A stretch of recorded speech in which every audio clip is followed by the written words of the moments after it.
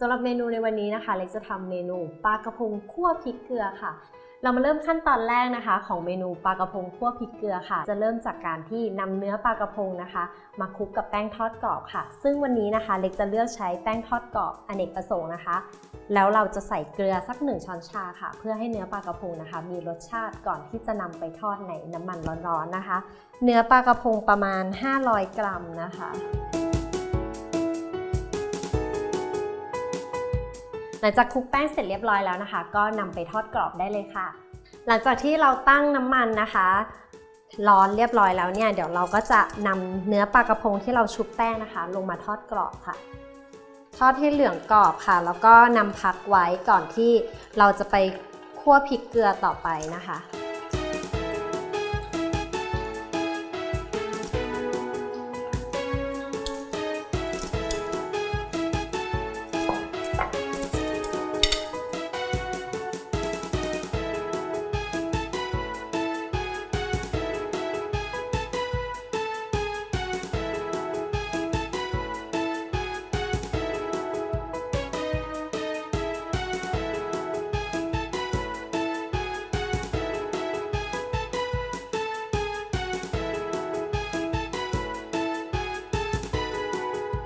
หลังจากที่เราทอดปลากระพงนะคะจนเหลืองกรอบแล้วก็พักจนเขาเสด็จน้ำมันเรียบร้อยแล้วเนี่ยเราก็จะมาเริ่มคั่วพริกเกลือกันเลยค่ะจริงๆเราคั่วพริกเกลือง่ายมากเลยนะคะไม่มีอะไรยุ่งยากเลยก็คือ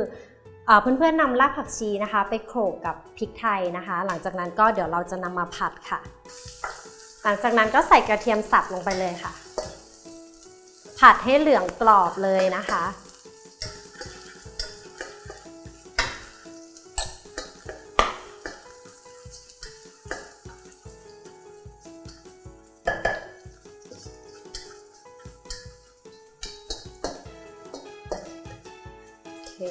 กระเทียมเรื่องเหลืองกรอบแล้วก็ใส่พริกขี้หนูซอยลงไปค่ะ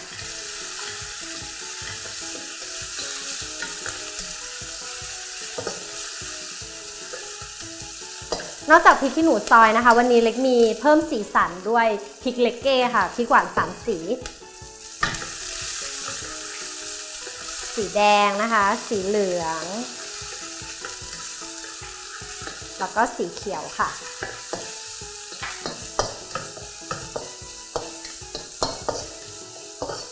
เริ่มส่งกลิ่นหอมแล้วเราก็นำเนื้อปลาลงไปคลุกเคล้าได้เลยนะคะ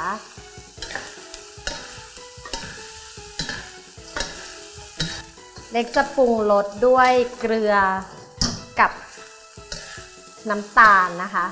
แค่นั้นเองก็คลุกเคล้าให้ส่วนผสมละลายนะคะเข้ากันดีค่ะ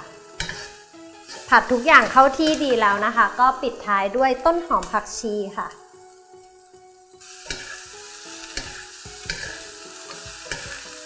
เสร็จเรียบร้อยแล้วค่ะสำหรับเมนูปลากระพงคั่วพริกเกลือค่ะปิดไฟพร้อมเสิร์ฟได้เลยค่ะ